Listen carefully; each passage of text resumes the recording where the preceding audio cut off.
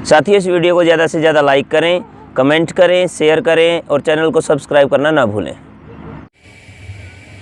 स्वामी आदित्य जी, आप सभी लोग करतोय ध्वनि से जोरदार तालियों से स्वागत करेंगे। सृष्टि के कण कण में विराजमान परमपिता परमेश्वर, सृष्टि के सर्वश्रेष्ठ कर्म यज्ञ के उपरांत इस सभा में उपस्थित हम सबके गौरव और आर्य समाज के सर्वोच्च संगठन, जिसकी भारत के अलावा लगभग 35 से 40 देशों में शाखाएं चलती हैं, उनका जो सर्वोच्च संगठन है सार्वदेशिक आर्य प्रतिनिधि सभा, उसके यशस्वी अध्यक्ष और मेरे दीक्षा गुरु पूज्य स्वामी आर्यवेश जी महाराज, मेरे से पूर्व जिन्होंने अपनी बातें आपके बीच में रखी, आर्य समाज के युवा विद्वान आदरणीय डॉक्टर सत्यकेतु जी, आदरणीय वानप्रस्थी जी, स्वामी देवानंद जी, इस कार्यक्रम के संयोजक और मंच के संचालक, आर्य समाज के युवा विद्वान और ऐतिहासिक शहर बंबई में रह करके जहाँ धर्म प्रचार करते हैं, वहीं जड़ों से जुड़ करके भी अपने धर्म का निर्वहन कर रहे आदरणीय सुखबीर शास्त्री जी,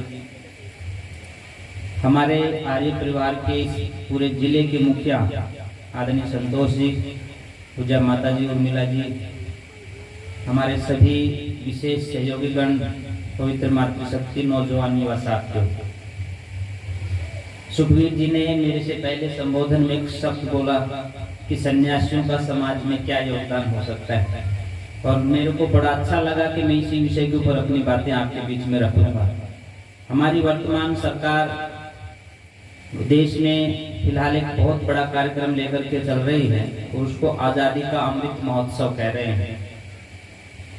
75 वर्ष देश की आजादी को हुए हैं और हम लोग उसके ऊपर कई प्रकार की बातों को लेकर के भ्रमित हो जाते हैं, लेकिन हमें याद करना चाहिए उन बातों को, चाहे हमारे पूर्वजों से रिलेटेड हो, चाहे हमारे ऋषि मुनियों से जुड़ी हुई हो, उनको याद जरूर रखना चाहिए और इसलिए भी वो बार बार याद दिलवानी चाहिए लोगों को, कहीं लोग उनको भूल न जाएं। मैं यदि आपको आज से 250 पौने 300 साल पीछे लेकर के चलूं, आपको ये तो याद होगा कि 1947 में देश आजाद हुआ, आपको ये भी याद होगा कि 1857 में क्रांति की शुरुआत हुई। यदि मैं आपसे ये पूछना लगूं क्या 1757 में भी कोई क्रांति हुई थी, तो शायद ही आप में से उन पन्नों को उलट करके ये बताने में सक्षम हो पाए कोई व्यक्ति कि उस समय भी बहुत बड़ा आंदोलन हुआ था। कितने वर्ष बीते हैं, मुश्किल से 250 पौने 300 वर्ष, और हम लोग उन बातों को भूल गए। मैं सन्यासियों के ऊपर बात करने के लिए चला था। जैसे जैसे देश में आक्रांताओं ने अपने आक्रमणों के माध्यम से इस देश को त्राही त्राही करने के लिए मजबूर कर दिया, उस समय इस देश में सन्यासी क्रांति होती है। सन्यासी अपने मठ मंदिरों से निकल करके पहले आक्रांताओं, जो मुस्लिम आक्रांताओं ने इस देश के ऊपर आक्रमण किया, अपना आधिपत्य स्थापित किया, उनको परास्त करने के लिए उनके खिलाफ योजनाएं बना करके हमारे सन्यासी निकले। और उन सन्यासियों की एक सबसे बड़ी जो पहचान थी वो ये थी कि उनके हाथ में भगवा ध्वज होता था और उसको लेकर के वो निकलते थे। उस समय के जो राजा होते थे या जिस तरह के उस समय के जो प्रशासक होते थे, और खास करके इस्लाम को मानने वाले लोग को उनसे बहुत चिढ़ते थे और उनको जहां पर भी दिखते थे उनको यातनाएं और ताड़नाएं दिया करते थे। इसलिए उन्होंने अपने मार्ग को बदला, जल मार्ग और जंगलों के मार्ग के माध्यम से वे लोगों के बीच में गए और लोगों में जागृति पैदा करने का काम किया। ये सिलसिला जैसे जैसे चलता है, आपको याद होगा 1757 में प्लासी का युद्ध हुआ।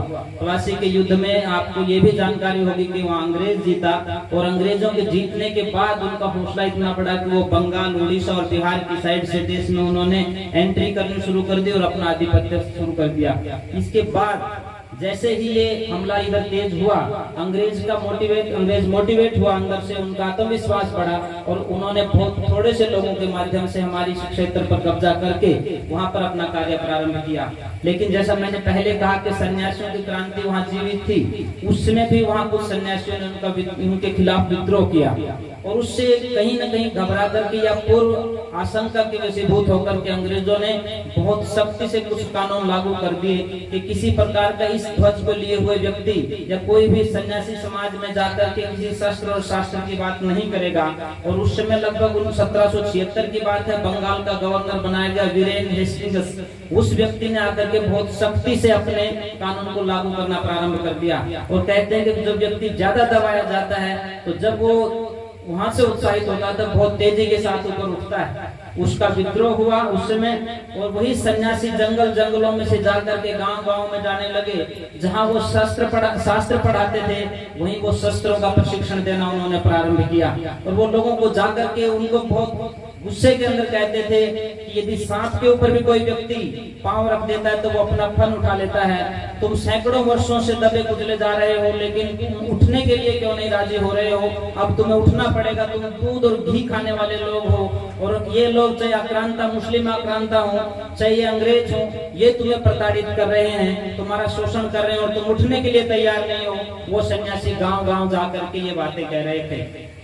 1764 में दूसरा युद्ध होता है, और वो बक्सर का युद्ध है। उसको भी आप लोगों को ज्यादा पता होगा। उसमें मीर कासिम, सजुदौला, ये सब लोग हार गए थे। और उसके बाद अंग्रेजों का और ज्यादा हौसला बढ़ा, और अंग्रेजों ने अपने क्षेत्र को और बढ़ा दिया, और यहाँ बहुत तेजी के साथ अपना आधिपत्य स्थापित कर लिया। लेकिन जिस तरह मैंने पहले कहा कि इन सन्यासियों ने अपने आप को पीछे नहीं हटाया, और बहुत योजनाबद्ध तरीके से रणनीति बना करके ये सन्यासी गांव जाकर के निकले। और फिर 1767 में लगभग 5000 सन्यासियों ने अपनी सेना बनाई, 5000 सन्यासियों की, और ईस्ट इंडिया कंपनी के ऊपर पहला हमला किया, जिसमें अंग्रेजों के दांत खट्टे करने का काम इन सन्यासियों ने किया।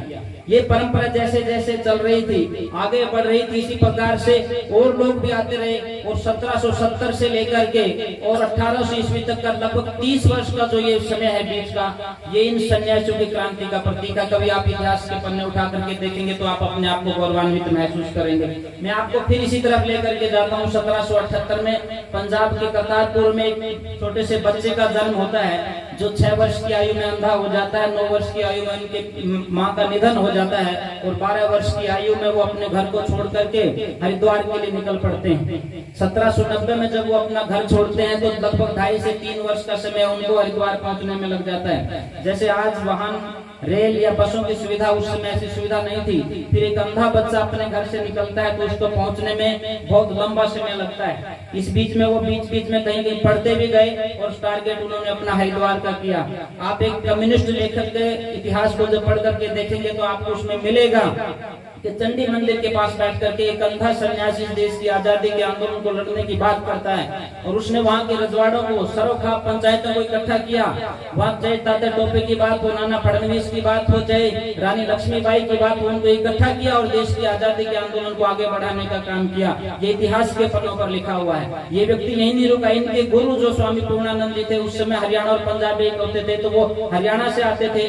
उन्होंने भी, क्योंकि उस समय सन्यासी क्रांति लोगों के जहन में रहती थी, धर्म के साथ साथ अपने देश को आजाद करवाने का बीड़ा उन लोगों ने उठाया था, तो गुरु परंपरा से वही विचार उनके मध्य, उनके दिल में भी बैठ गए। और जब महर्षि दयानंद सरस्वती गुरु विद्यानंद जी के पास जाते हैं, जैसा मैंने परसों भी एक बात कही थी कि गुरु दक्षिणा के समय वो उनसे कुछ नहीं मांगते, लोग नहीं मांगते।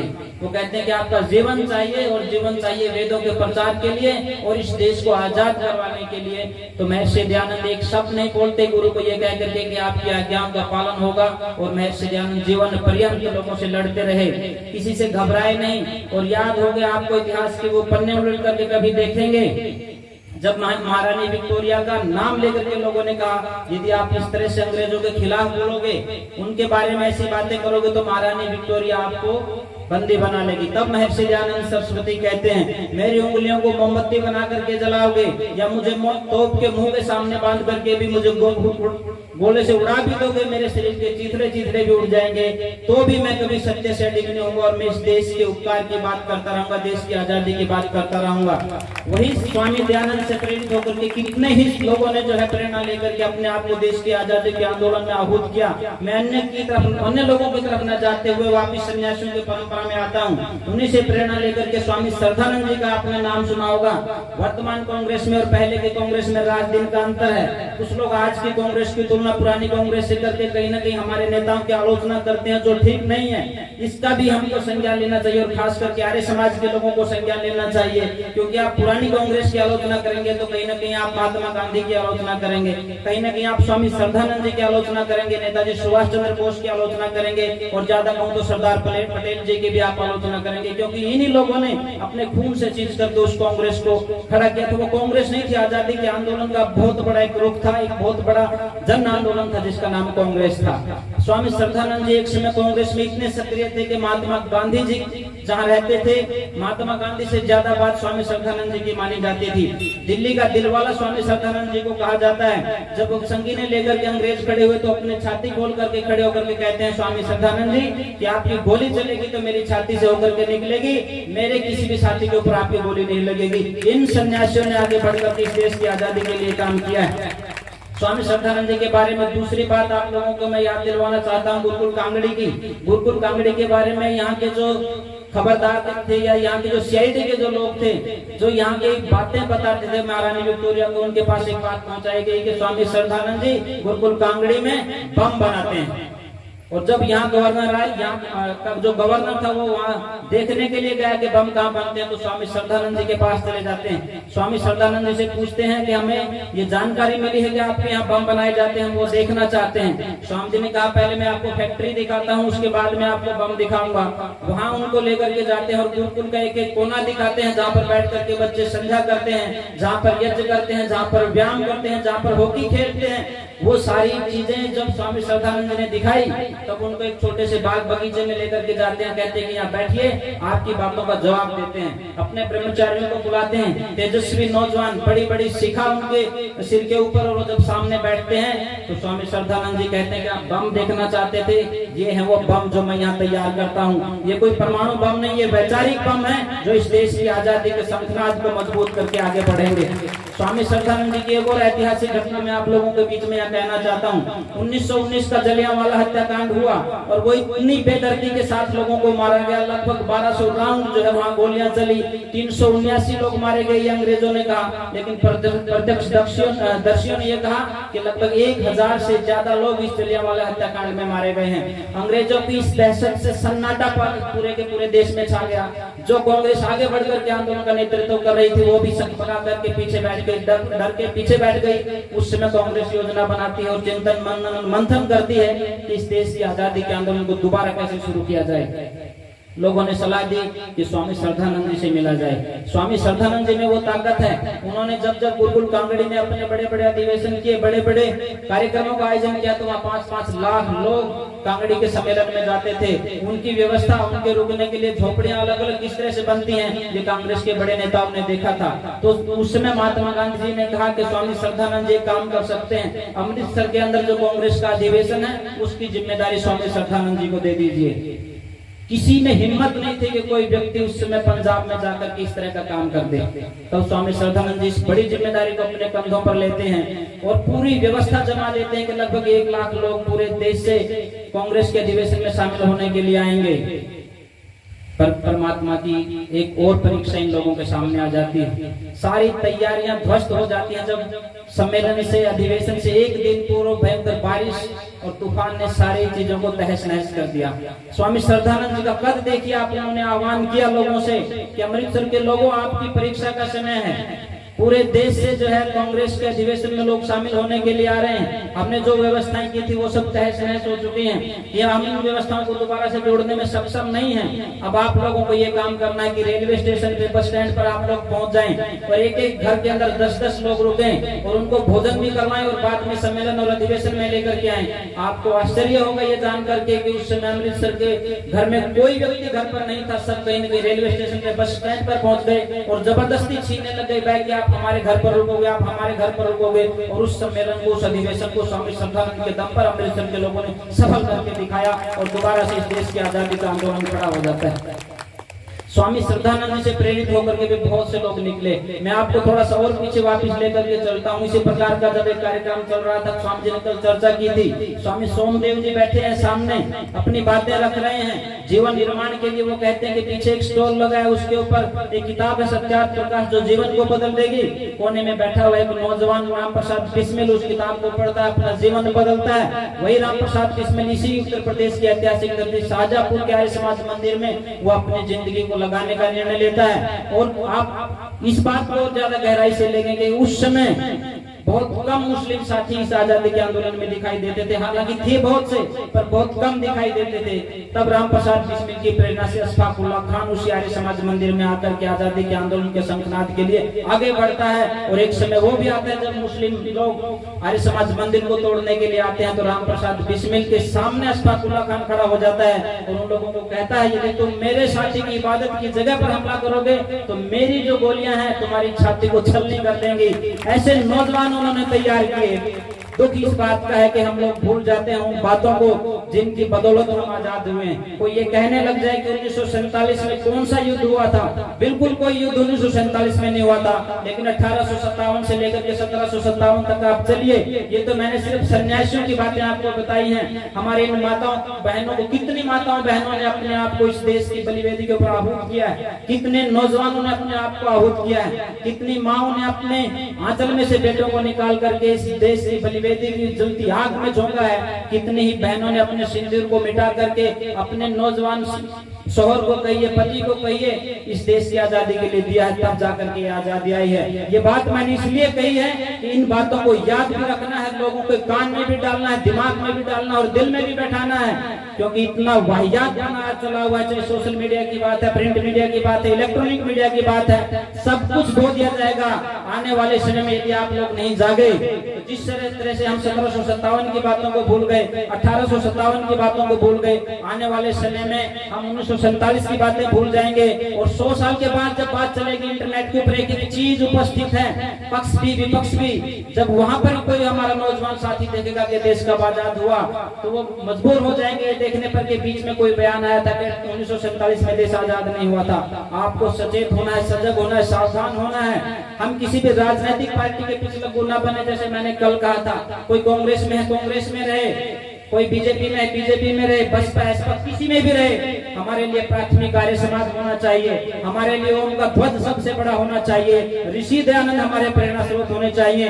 कोई ऋषि दयानंद की अस्मत पे, इज्जत पे, मान सम्मान पर आंख उठाएगा तो हम सहन नहीं करेंगे। कोई हमारे पूर्वजों को बदनाम करने का प्रयास करेगा तो हम लोग सहन नहीं करेंगे। ये जज्बात हमें दिलों में जगाने होंगे। यदि हम ऐसा कर पाए तो सब मिलकर के कह सकेंगे, जो बोले सो है, वैदिक धर्म की जय। आपने मुझे सुना, आपका बहुत बहुत धन्यवाद। आदरणीय भाई सुखबीर जी ने, संतोष जी ने, इन्होंने हमें आमंत्रित किया और हमारा इतना ध्यान भी रखा। यहाँ भाई आशीष जी भाई विशेष धन्यवाद, उन्होंने भोजन इत्यादि की और रिकॉर्डिंग की सारी व्यवस्था संभाली। आप अंग्रेजी दवाओं से परेशान हैं या फिर रोगों से परेशान होकर संसार से उठ जाना चाहते हैं? उठ जाने से पहले नाड़ी वैद्य क्या क्लब पर आइए और अपने सभी रोगों का आयुर्वेद में सही समाधान पाइए। साथियों, इस वीडियो को ज़्यादा से ज़्यादा लाइक करें, कमेंट करें, शेयर करें और चैनल को सब्सक्राइब करना ना भूलें।